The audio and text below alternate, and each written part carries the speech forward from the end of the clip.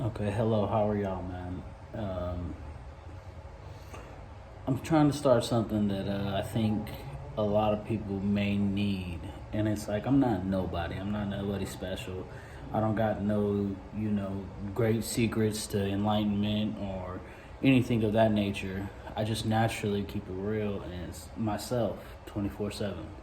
So I want to start something and I have an idea and I don't know how it's gonna go. So I'm just gonna go ahead and put it out there and start with this initial video and see where it goes because ultimately I've learned to expect nothing and hope for the best. So a little bit about myself. I've been in prison for the last 8 years. I just recently got out and I'm still kind of in a halfway house situation. I haven't got the chance to really get out and about too much, but I'm slowly but surely, step by step, going. For those of you who it concerns or are worried, my charges are robbery, second-degree robbery, and that's been my problem throughout my life. Is I've always had a little bit of a problem with keeping my hands to myself and taking that which isn't mine.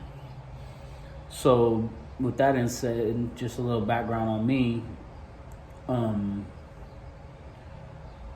want to talk about institutionalization.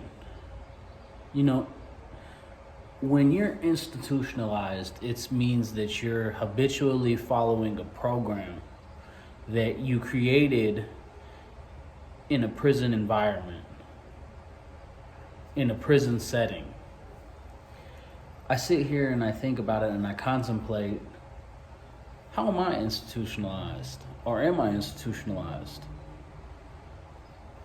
But then I come to the realization and I think about it and I, dig deeper into the topic and I come to the realization that everybody's institutionalized in one way or another. Everybody at one point in their life has a set schedule, a set program, this is what I'm going to do every day at this time, and I'm going to do that no matter what. That's an institutionalization of your mind. When you become institutionalized within your mind, it's easy to become stagnant, which means that you're stuck. You just plant yourself in one realm or the next, but you're just stuck and you have no opportunity for growth because you're comfortable and you leave yourself in that realm of comfortability. If you take a second and you think about it and you reflect on this, like genuinely reflect on this, don't sit here and, I haven't sugarcoated anything. I told you, I'm a convicted felon. I'm 31 years old. I'm really nobody, but at the same time, I have ideas and I have thoughts and I have the ability to think critically. So when it comes down to these things, you got to think, how are you in your everyday life institutionalized? How do you, as an individual, cut yourself off from growth or opportunities for growth?